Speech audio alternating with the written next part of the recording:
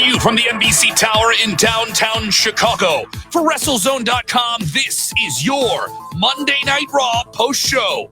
Shayna Baszler bites into Becky Lynch. The Monday Night Messiah escapes once again, and the WrestleMania hype for Tampa Bay and Los Angeles is on. Your Raw post show starts soon. What did you think of Monday Night Raw? Get in the comments and get on screen.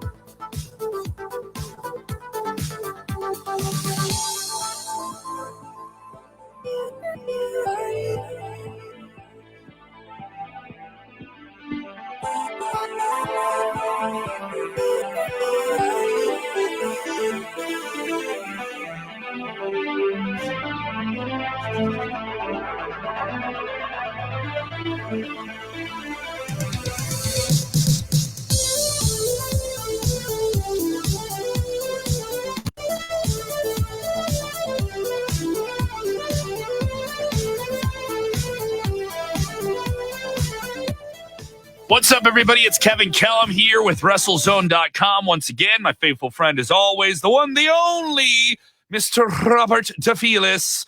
Robert, Monday Night Raw is in the books. Another pretty exciting episode of Raw. Some hype.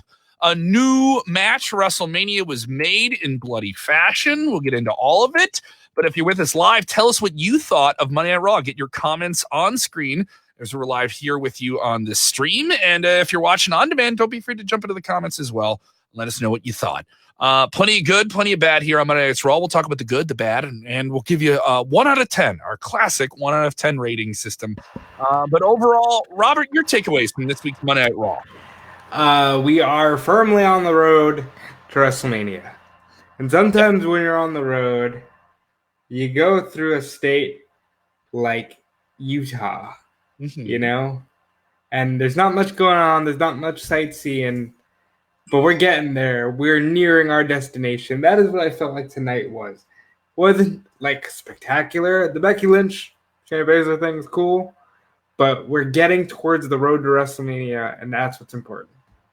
Let's jump right into that. Becky Lynch is a part of the first match on the show. We do get an opener that kind of teases the 8-man tag later in the night with Seth Rollins, his crew against Kevin Owens and his team.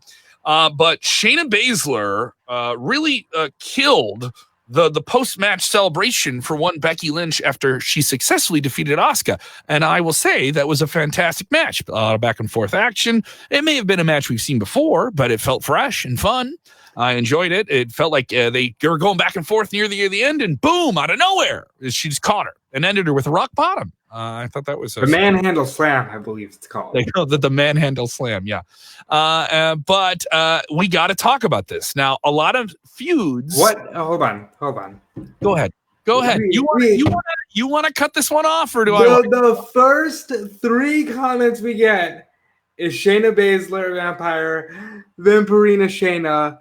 I mean, even the Fightful boys, Sean Ross Sapp was like, "Oh my God, I think they're turning Shayna into a vampire," and this has to be because of the specificness in where Shayna Baszler beats down Becky Lynch and bites her neck, like back of her neck, like we're talking, went straight for it. I thought she was going for her ear.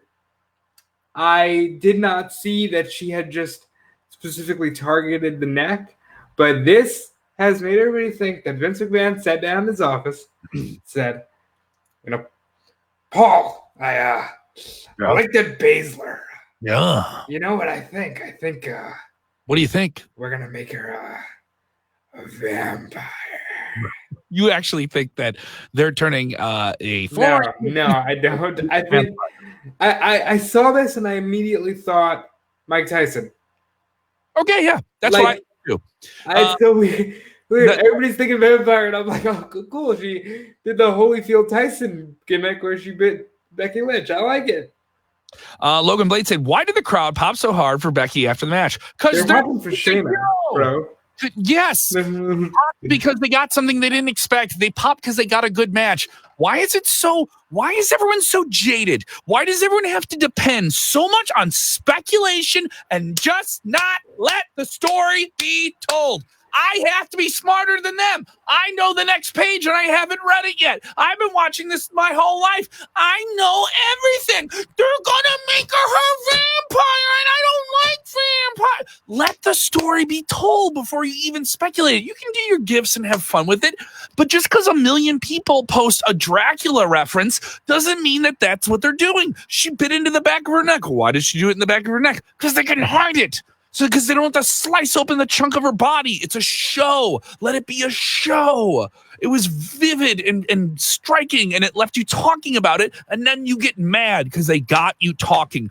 Well, Hang on. Shayna Baszler was number 1 on Twitter tonight. Number 1. Was Raw number 1? Was anything else number 1 on Twitter tonight? I know people think, oh, that doesn't mean anything just because I'm tweeting jokes about it. No, you were talking about it because you cared. And now you care about a match you didn't even know you were going to get a week ago. Well, I think, to specifically go after his question, why do they pop so hard? People forget, like, you're allowed to just be a fan. I know in this space, we're different. We know a little more of the intricacies. But, like, you're also, like, you're allowed to pop for Becky if you're happy Becky won. You know, like, you're allowed to pop for Shayna if you're excited. I think people forget, like, you're allowed to enjoy the show. You don't always need to be looking for the next big scoop. Yeah, everyone's looking for a scoop. I liked it. I don't think mind you, I don't think I didn't love it. But here's another thing: if Shayna just knocked her down and put her in her sleeper, what would it have been?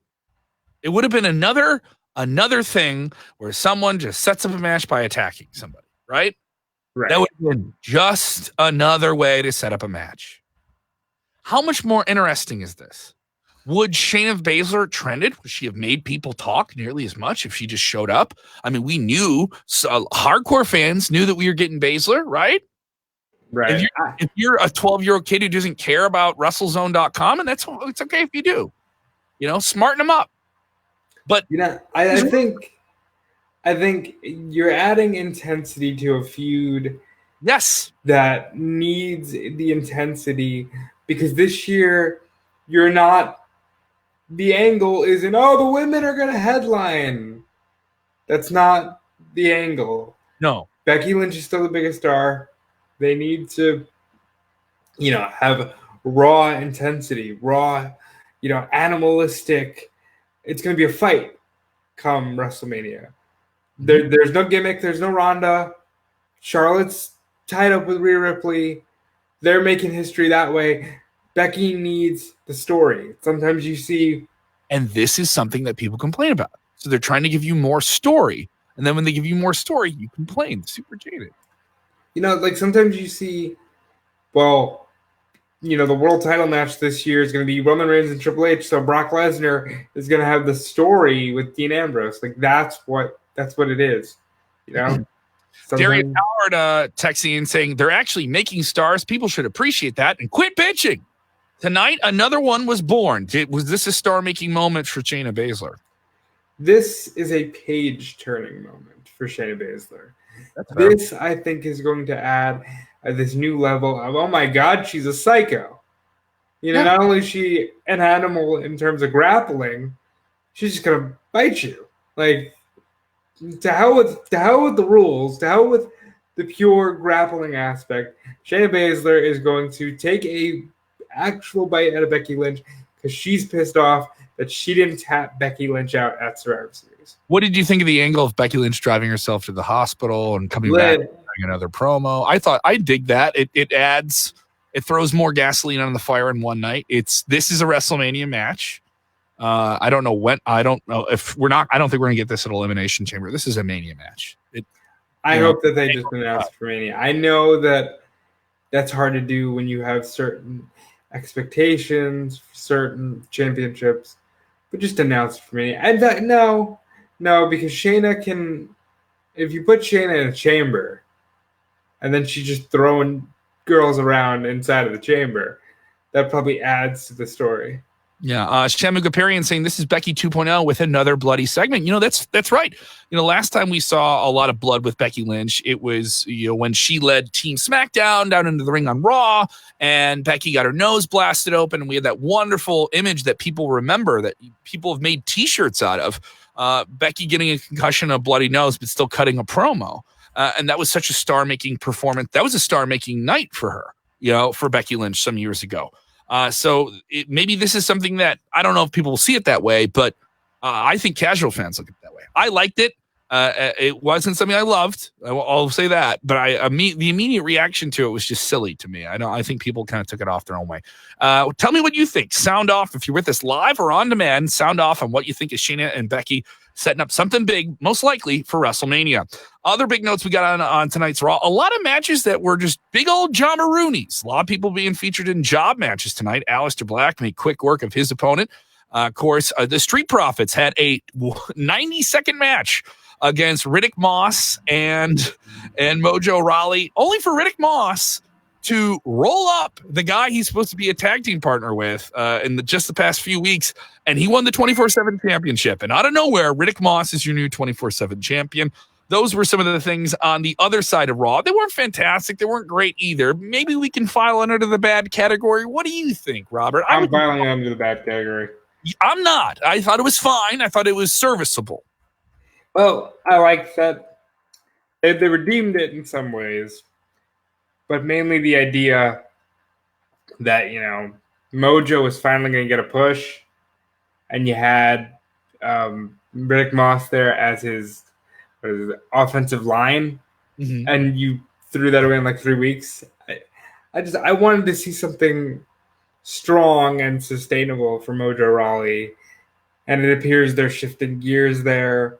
Cool for Riddick, who was in the Performance Center forever. Long time. He's very been good for him. Yeah. At least 5 years. Yeah, so he's been there a long time here. Other people chiming in with their takes. Stanley Seal saying, glad to see Ricochet get his spotlight. I'll give that a big old thumbs up here. Is Ricochet versus Bobby Lashley. Ricochet and Bobby Lashley had a pretty fun, athletic match. I enjoyed Lana at ringside. I thought Lana added some elements to this match as somebody who gets a ton of heat, and a lot of people like to boo her. I thought she gave some great reactions. I enjoyed Ricochet getting over that big off-the-top rope finish that he has, trying to make a fire under this guy's butt. And they brought up Brock Lesnar quite a bit, saying Ricochet is going to take on Brock Lesnar at Super Showdown. That's what this match was meant to be. A lot of the matches tonight were designed by either superstars that are in hold that don't have anything super hot, that their roles were there to get over the people that are coming up with bigger matches. You can't deny the logic in that. This is Paul Heyman 101. I'm going to emphasize people's strengths. I'm going to hide their weaknesses. Bobby Lashley, you're coming off the back end of an angle where you didn't get the best end. So what are we going to do? We're going to utilize you and your manager to get this young superstar ready for another big match. Rhea Ripley came out from NXT, had a short match, made quick work of Sarah Logan. Sarah Logan hasn't been doing anything. Sarah Logan I don't know what the big thing is going to be for her, but her job was to make Rhea Ripley look like gold and continue to brew that fire of Rhea Ripley going into Charlotte here. I didn't mind. I thought it was logical. It was logical. It was logical. Go ahead, Robert. Sarah is going to be one of those girls that I don't think ever breaks out. She's good, but I don't think anybody resonates with the gimmick of, I'm a Viking and I'm like a woodsman and I hunt animals. I know she caused a lot of controversy recently on social media because she and Ivar posted live game that they had. Well, they're hunting people. Yeah, I know, and it's like, Sarah Logan did a Sarah Logan thing, and you're somehow mad. That is what it is, but I don't think Sarah ever breaks out. Whatever. It doesn't bother me that much. Not a big thing to me. But yes, tell us what you thought of tonight's Monday Night Raw. That was the good. That was the bad. I liked it. What do we think of the main event? This was teased at the beginning, and it was. Hold on. We got to cover Randy. Oh, we're going to cover Randy. That's right. Oh, is that what we're covering after the main event? Okay. No, we'll do Randy first here. You're absolutely right. Thank you for keeping me on track here, Robert.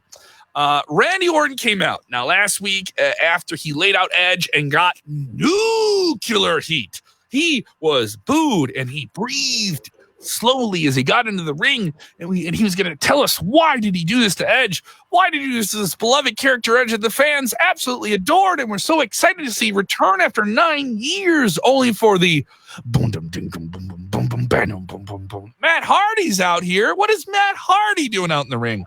And then Matt Hardy, who has been widely reported, has refused a offer of a WWE new contract, and his deal is expected to come up sometime in March, comes out and cuts a passion promo, a promo that reminds lifelong fans, yeah, you know my history with Edge, and the fans chanted Lita, and they remember that angle from 05. Damn.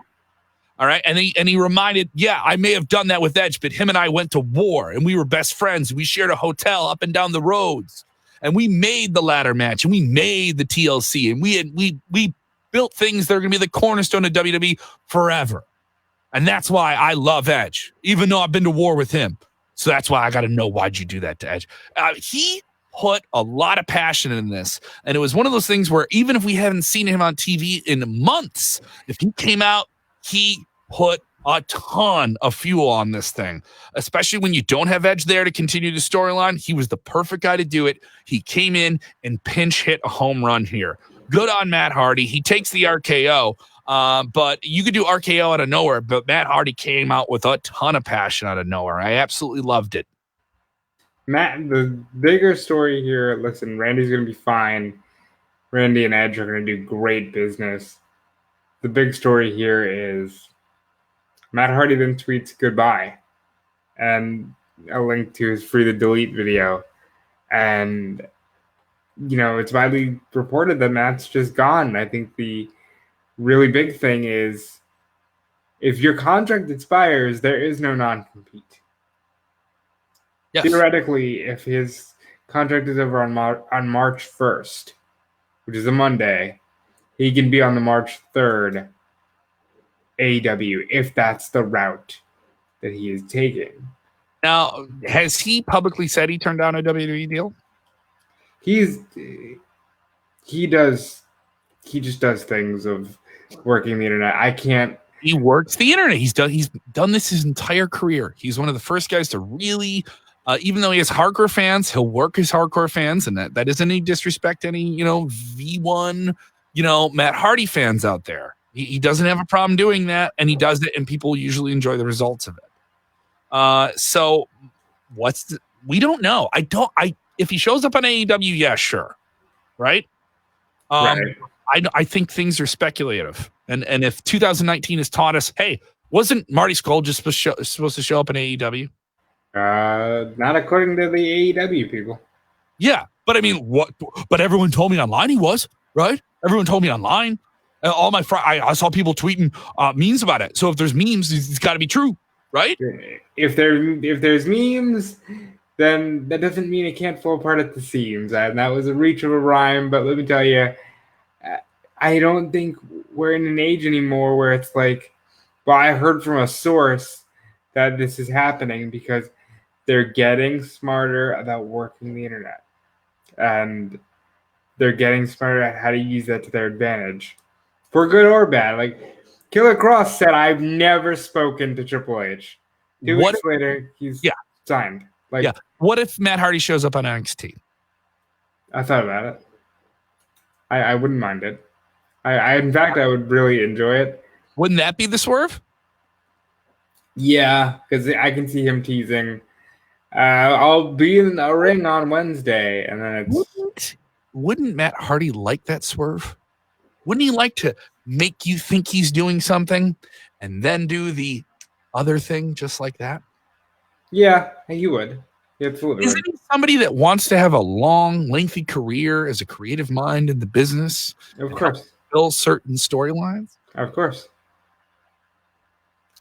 And if you have a veteran talent, and you take this veteran talent in his 40s, right? Right. Don't you want to use that talent to get fresh new faces over? I think you do. Where are the abundance of these new faces in WWE, Robert? NXT. I don't know anything. I don't have any sources. But if we just want to throw speculation at the wall and say it's going to happen, right?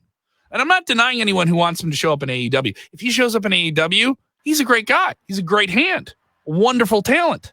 Making a lot of money. Making a ton of money. He's going to make a lot of money if he goes there. And he's worth every penny. But is his main event days in front of him or behind him? Not sure. That's arguable, either direction. It is arguable. But upper mid card is still really, really good in 2020. All right. And you still get compensated very, very well for it. I agree. So if he goes to AEW, how does he get utilized? What are the possibilities? What's the ceiling? The ceiling. I think he's the exalted one. I immediately, I know that's a popular rumor. I know the popular rumor is that he's going to run the Dark Order faction in All Elite Wrestling. That's not the worst idea in the world, People start caring about it real quick, Kev, if Matt Hardy's the guy running the Dark Order.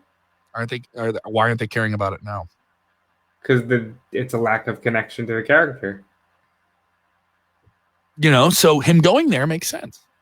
The things he wants to do, the things he's professed about doing, I think are all more likely in NXT in the straight up way.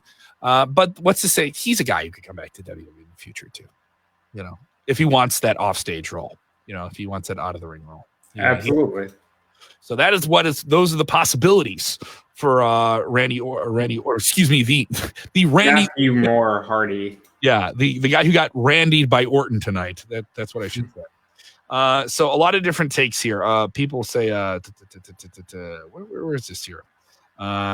Stephen Chambers would like to see Matt and Jeff in AEW versus the Bucks. They've done that one before, I believe. They did that in Ring of Honor. Am I correct? Jeff is still very much going to be under contract for time missed and things like that. So I think that's important to note.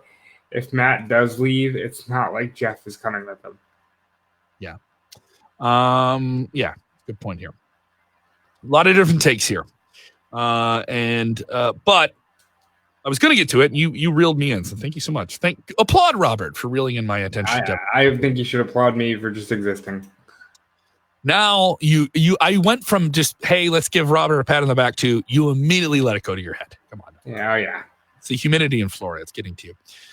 So let's talk about this. The main event on Raw, it is the Monday Night Messiah and his faction of no longer your buddy, but Murphy, with AOP against Samoa Joe, who returned and slapped that big old sleeper on Seth Rollins, who escaped in the first segment of the show, along with the Viking Raiders. I enjoyed it.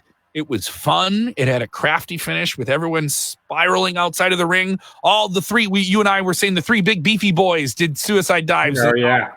All three of them at one time. That injured Samoa Joe. The man's reckless, throwing his body at everything. And then he got back in the ring to apply the sleeper to not to Seth Rollins, to Buddy Murphy. First to Seth Rollins, then to Buddy Murphy, who saved Seth Rollins. He was going to put Buddy Murphy away, and the ref's back was turned. He's trying to break up all this fracas outside the ring. Fracas, I say, Robert, a fracas. It was very fracas-like. Yes. And as he has a sleeper on Murphy, he takes the big old stomp, and then they roll him over, and the ref turns, and it's a 1, 2, 3. Ah, what a bittersweet feeling. A fun, salacious contest. And then you just great word.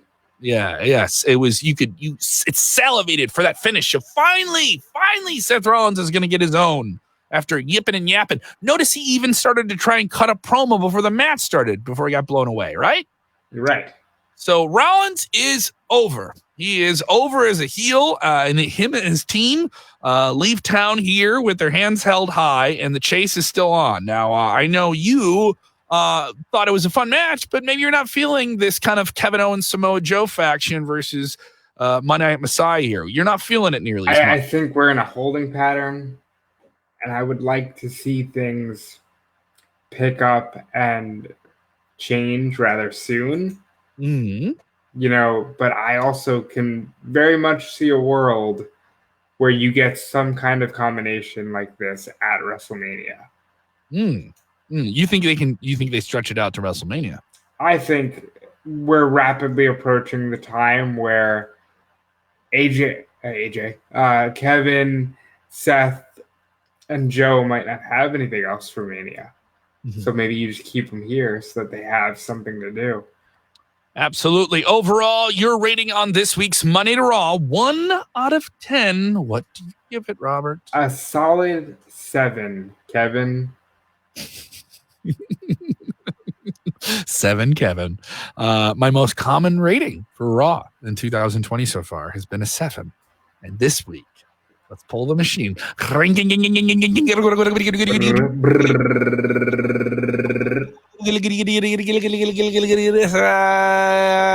a 7. Oh, it's a 7. It's a 7. You get a 7 out of 10. 2 7s. If we had another person on the show, triple 7s, that's 21. Go to the collection window. Yeah, so I give Raw a 7 out of 10. It didn't feel like a 3-hour show. I'll say that. When a Monday Night Raw is good, it doesn't feel like a 3-hour show. It kind of flew by. I enjoyed it. Other highlights included Angel Garza. He's now a ladies' man. I could believe that. He's a ladies' man. Yeah, I think he is. I think that's going to cause some friction there with the Zelina Vega. Tommy B also bring up how Drew McIntyre dropped MVP, who was pitching himself as a manager. I enjoyed that. I thought that was a fine segment as well. Nothing outrageous, but good. Does MVP have a future as a manager in WWE? I wouldn't be opposed. I doubt it, but you never know. Mm-hmm. Good point here. A lot of people think it was a pretty solid show. God bless you. God bless you, Robert. God bless you. All right, you gotta go take you can't be sick, Robert. Can't be sick. I know. Flu season here. We're just raking in the flu season, Kevin. Yeah, exactly. It's going around. The bug is going around here. So thank you so much for supporting the show. We'll be back tomorrow in the middle of the day with our WrestleZone Daily. Usually we have that in late afternoon, but we will have that up on our Facebook page as well. We're going to get these up on YouTube. If you're with us on YouTube, don't forget to smash that like button and subscribe. And comment down below. Comments in the link below. They also have the WrestleZone Radio podcast for you as well. Tons of free content every single week, including bonus interviews this week with DDP, Jim Ross, Sean Spears, Flip Gordon from Ring of Honor, and so much more. Chris Jericho did a sit down with me. Did I tell you, Robert?